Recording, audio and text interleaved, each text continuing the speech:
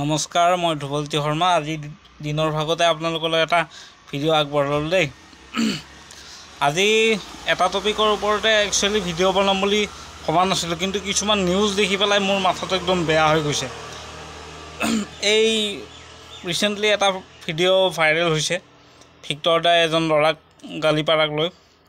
তেখেতৰ নাম হৈছে দীপাংকৰ নাথ। দীপাংকৰ নাথক কালি আমাৰ ভিক্টৰ দাই গালি পাৰিছিলে। তাৰ কাৰণে তেওঁ কৈছে যে হু ইজ ভিক্টৰ দাস আৰু হু ইজ জুবিন গাৰ্গ।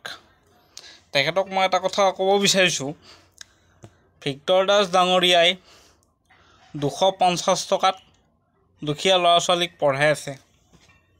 বহুত ল'ৰা ছোৱালীক পঢ়াই আছে আৰু বহুতে চাকৰিও পাইছে। এতিয়া কথাটো হ'ল, আপুনি কি কৰিছে? আপুনি মিডিয়াৰ আগত লেকচাৰ দিয়াৰ বাহিৰে আপুনি অসমৰ কাৰণে কি কৰিছে? সংগঠনৰ কামটো বাদ দিয়ক, সংগঠনৰ কামটো আপোনাৰ সেইটো বাৰু ছাইড কৰিয়ে থলোঁ। বাকী আপুনি ব্যক্তিগতভাৱে কিমান মানুহক সহায় কৰিছে, সেইটো কথা আপুনি মোক ক'লে মই ভাল পাম। সেইটো কথা আপুনি যদি জনাই দিয়ে যে মই ইমানখিনি মানুহক হেল্প কৰিছোঁ, তেতিয়াহ'লে মই ক'ব পাৰিম যে দীপাংকৰ ডাঙৰীয়াই কিবা এটা কৰিছে। কিন্তু আপুনি এনেই মিডিয়াৰ আগত আহি লেকচাৰ দি কিন্তু লাভ নাই। অসমীয়া জাতিৰ কাৰণে বা মানুহৰ কাৰণে যদি কাম কৰিব আছে, আপুনি হাতে কামে লাগক। এনেকৈ মিডিয়াৰ আগত আহি who is Victor Das, who is Zubeen Garg. Victor Das ডাঙৰীয়াৰ মনত কিমান দুখ আছে সেইটো আমি গম পাওঁ। মই ভিক্টৰ দাসৰ কোনো ভিক্টৰ খানাত জইন কৰা মই ল'ৰা নহয়, বা তেখেতৰ মই ষ্টুডেণ্টো নহয়, কিন্তু তেখেতৰ যিবিলাক ইণ্টাৰভিউ চাওঁ নহয়, নিজৰে বেয়া লাগি যায়। সেইটো আপুনি গম পায়নে নাই? তেখেতৰ দেউতাক ঢুকাই গ'ল, মাক অকলে থাকে। ভিক্টৰ দা বেছিভাগ সময় নাথাকেই ঘৰত, তেওঁ নিজৰ কামত বিজি। গতিকে আপুনি এনেকৈ যি টি মন্তব্য দিয়াটো ভাল কথা নহয় কিন্তু। আৰু ভিক্টৰ দাই আপোনাক গালি কিহৰ কাৰণে পাৰিছে? গালি পাৰিছে এইকাৰণে যে আপুনি জুবিন গাৰ্গক বহুত বেয়া বেয়া মন্তব্য দিছে। জুবিন গাৰ্গ গৰু, জুবিন গাৰ্গ মদাহী, ফটুৱা, এইবিলাক শুনাৰ পিছত জুবিন অনুৰাগ কোনো জুবিন অনুৰাগীৰ সহ্য নহয়। আপুনি ভালকৈ মনত ৰাখিব। আপোনাক মই আপুনি বুলি কৈছোঁ, একচুৱেলি আপোনাক আপুনি বুলি কোৱাৰ আপুনি যোগ্য নহয়। আপোনাক তই বুলি ক'ব লাগে, কিন্তু তই বুলি কোৱা নাই কিয় জানে? একমাত্ৰ আপোনাক মোৰ দেউতাৰ কাৰণে আপোনাক মই তই বুলি কোৱা নাই যে, কাৰণ দেউতাই কৈছে যে ভিডিঅ' বনালে তুমি তই বুলি শব্দটো ইউজ নকৰিবা। গতিকে মোৰ দেউতাৰ সন্মান ৰক্ষা কৰিহে আপোনাক মই আপুনি বুলি কৈছোঁ, নহ'লে কিন্তু আপোনাক মই আপুনি বুলি কোৱাৰ মোৰ কোনো ইচ্ছা নাছিল। আৰু আপুনি যে কৈ আছে who is Zubeen Garg, who is Victor Das, তাৰ আগতে আপুনি নিজক সুধি চাওকচোন, আপুনি কোন হয়? আপুনি কোন হয় আগতে আইনাৰ সন্মুখত এবাৰ থিয় হৈ নিজকে চাওক। আপুনি কোন হয়, আপুনি অসমৰ কাৰণে কি কৰি আছে, সেইটো আপুনি এবাৰ নিজে চাওক। তাৰপিছত আপুনি হু ইজ জুবিন গাৰ্গ বুলি ক'ব। আৰে হু ইজ জুবিন গাৰ্গ বুলি কোৱাৰ আগতে আপুনি গুগলত চাৰ্চ কৰি চাওক না। গুগলত চাৰ্চ কৰি চাওক কোন জুবিন গাৰ্গ। জুবিন গাৰ্গৰ গোটেই পাণ্ডুলিপি ওলাই আহিব। হু ইজ জুবিন গাৰ্গ বুলি যদি আপুনি গুগলত মাৰে, আপোনাক দেখোন গুগলেই চিনি নাপায়। আপোনাক যদি মই গুগলত চাৰ্চ কৰোঁ যে হু ইজ দীপাংকৰ নাথ, তেতিয়া আপোনাৰ নাম আহিব নেকি গুগলত? আহে যদিও মই নাজানো, কিন্তু মোৰতো বিশ্বাস হোৱা নাই যে আপোনাৰ নামটো আহিব। মোৰ ডাউট আছে আপোনাৰ নাম আপোনাক গুগলে চিনি পায় নে নাপায়, মোৰ ডাউটে আছে। গতিকে আপুনি এইবিলাক যি টি মন্তব্য এইবিলাক নকৰিব, কাৰণ জুবিন গাৰ্গৰ বস্তুটো সম্পূৰ্ণ বেলেগ। আপুনি যেনেকৈ কৈছে যে জুবিন গাৰ্গ ফটুৱা বা জুবিন গাৰ্গ মদাহী, এইবিলাক কথা এনেকৈ অপেনলি নকয়তো। আপুনি কি কৰি আছে সেইটো আমিতো দেখা নাই। জুবিন গাৰ্গ বাৰু মদাহী এইটো আমি গম পাইছোঁ, কিন্তু আপুনি ভিতৰে কি কৰি আছে সেইটো আমিতো দেখা নাই। আপুনিতো কিমান ভাল, আগতে আত্মসমালোচনাটো কৰক। আপুনি নিজে কিমান ভাল সেইটো সমালোচনা কৰক, তাৰ পিছতহে আপুনি বেলেগৰ বদনাম কৰিব। আপুনি জুবিন গাৰ্গৰ দৰে কেইজন মানুহক হেল্প কৰি পাইছেহে?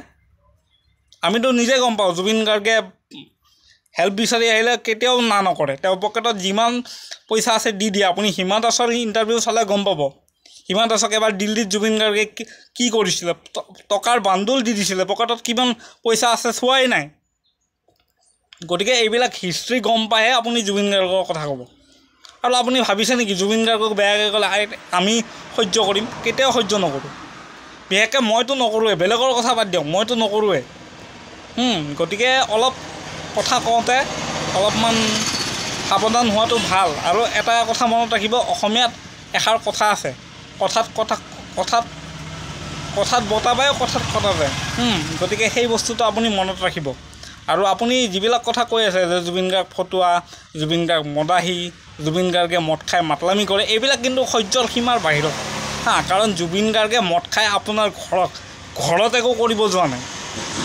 আপোনাৰ ঘৰত একো কৰিব যোৱা নাই, কাৰো ঘৰত জুবিন গাৰ্গে মাতলামি কৰিব যোৱা নাই। জুবিন গাৰ্গে মদ খাই সেইটো তেখেতৰ ব্যক্তিগত কথা। ব্যক্তিগত কথাত আপুনি মাত মাতাৰ কোনো অধিকাৰ নাই। কিন্তু কোনো ব্যক্তিৰ ওপৰত আপুনি ব্যক্তিগতভাৱে আক্ৰমণ কৰাৰ আপোনাৰ অধিকাৰ নাই। কিন্তু জুবিন গাৰ্গে কিন্তু এতিয়ালৈকে আপোনাক ব্যক্তিগতভাৱে আক্ৰমণ কৰা নাই আৰু নকৰেও, সেইটো মই ভালকৈ জানো। গতিকে কথাবিলাক কওঁতে অলপমান ভাবি চিন্তি চাব, আৰু নেক্সট টাইম যাতে আপোনাক গালি পাৰিব লগা নহয়। আৰু এইটো মই আপোনাৰ ওপৰত আজি ভিডিঅ' বনাম বুলি ভবা নাছিলোঁ, কিন্তু আপুনি যিটো দম্ভালি মাৰি কথাবিলাক কৈ আছে, আপুনি মানে যিটো আপুনি দমত কথাবিলাক কৈ আছে যে who is Zubeen Garg, who is Victor Das, এইবিলাক আপোনাৰ যিটো দম্ভালি, এই দম্ভালিটো দেখি কিনে মোৰ কিন্তু সহ্য নহয়। আৰু অসমৰ মিডিয়াবিলাকক মই এটা কথা কওঁ, আপোনালোকে জুবিন গাৰ্গক মানে কিছুমান প্ৰশ্ন সোধোতে অলপমান চাই চিতি সুধিব। কাৰণ আপোনালোকে কেতিয়াবা যি টি প্ৰশ্ন সুধি দিয়ে। জুবিন দাই যদি কেতিয়াবা কি বুলি কয় ক'ৰবাত জিমত গ'লে হওক বা কিবা ইনগ্ৰেশ্যনত গ'লে হওক, আপোনালোকে যিটো বস্তু ইনগ্ৰেশ্যন কৰিব যায় তাতে আপোনালোকে সেই প্ৰশ্নটো সোধক যে জিমখন কেনেকুৱা লাগিছে বা জিমখন আপুনি কেনেকুৱা হোৱাটো বিচাৰে, সেইবিলাক প্ৰশ্ন সোধক। আপোনালোকে ৰাজনৈতিক প্ৰশ্ন, কিবা প্ৰশ্ন, এইবিলাক সুধিলেতো মানুহটোৰ খং উঠিবই, আৰু মানুহটো এনি টাইম চিন্তাতে থাকে। গতিকে কিবা এটা কৈ দিয়ে। আৰু জুবিন গাৰ্গৰ এটা বস্তু কি, জুবিন গাৰ্গে মিছা কথা ক'ব নাজানে। মিছা কথা ক'ব নাজানে কাৰণে তেওঁ মানে বিতৰ্কত পৰে। আৰু জুবিন গাৰ্গৰ বিতৰ্ক সৃষ্টিৰ আঁৰত কিন্তু কিছুমান মিডিয়া, আপোনালোকে যি টি প্ৰশ্ন সুধি দিয়ে, দাদায়ো কিবা কৈ দিয়ে, নিজৰ মনত যি থাকে সেইটো তেওঁ কৈ দিয়ে, সেইকাৰণে বিতৰ্ক হৈ যায়। আৰু জুবিন গাৰ্গে ভাবি নাচায় যে এইটো কথা ক'লে মোৰ বিতৰ্ক হৈ যাব, তেওঁৰ মনত যিটো থাকে সেইটো তেওঁ কৈ দিয়াৰ পিছত তেওঁ মানে জেং লাগি যায়। গতিকে পিছত আমি কিন্তু বহুত দুখ পাওঁ, আমি অনুৰাগী হিচাপে আমি মানে বহুত একচুৱেলি দুখ পাওঁ। গতিকে আপোনালোকে জুবিন গাৰ্গক প্ৰশ্ন সোধোতে অলপমান চাই চিতি সুধিব বুলি মোৰ বিশ্বাস। আৰু এইটো মোৰ মানে এটা অনুৰোধ, জুবিন গাৰ্গৰ অনুৰাগী হিচাপে আপোনালোকৰ অসমৰ প্ৰত্যেকটো সংবাদ মাধ্যমলৈ মোৰ এটা মানে অনুৰোধ।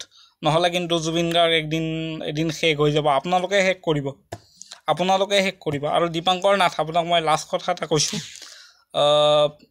আপুনি যে কৈ আছে জুবিন গাৰ্গ ফটুৱা, জুবিন গাৰ্গ মদাহী, অসমত যেতিয়া বানপানী হয় তেতিয়া অসমৰ প্ৰথম কোনে ওলাই যায়? আপুনি ওলাই যায় নে জুবিন গাৰ্গ ওলাই যায়?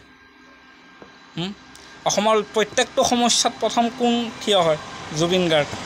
আপুনি থিয় নহয়। কিন্তু আপোনাক মই বানপানীৰ সময়ত ৰাস্তাত ওলাই যোৱা আজিলৈকে মই দেখা নাই। যদি আপুনি গৈছে ভাল কথা, সেইটো মই নাজানো, কিন্তু মই আপোনাক মিডিয়াত দেখা নাই বানপানীৰ সময়ত ৰাস্তাত ওলাই যোৱাটো, গম পায়নে? গতিকে হু ইজ জুবিন গাৰ্গ বুলি কুৱেশ্যনটো কৰোঁতে আপোনাৰ কিন্তু বুকু কঁপিব লাগিছিল, সেইটো আপুনি গম পায় নে নাপায়? গতিকে বেছি মই লেকচাৰ দি নাথাকোঁ, আপোনাৰ ওপৰত মোৰ এনেও মাথাটো গৰম উঠি আছে, বেছি মই বকি নাথাকোঁ। মই বৰ্তমান দোকানত আছোঁ, দোকানৰ কাষ্টমাৰ ৰখি আছে, দোকানৰ কাষ্টমাৰ ৰখাই কিনে মই আপোনাক কথাখিনি ক'ব লগা হৈছে। গতিকে আপুনি নেক্সট টাইম যাতে জুবিন গাৰ্গৰ বিষয়ে একো বেয়াকৈ নকয়, আৰু যদি আপুনি বেয়াকৈ কয় বেলেগে নাফালিলেও আপোনাক অকল ময়ে ফালিম।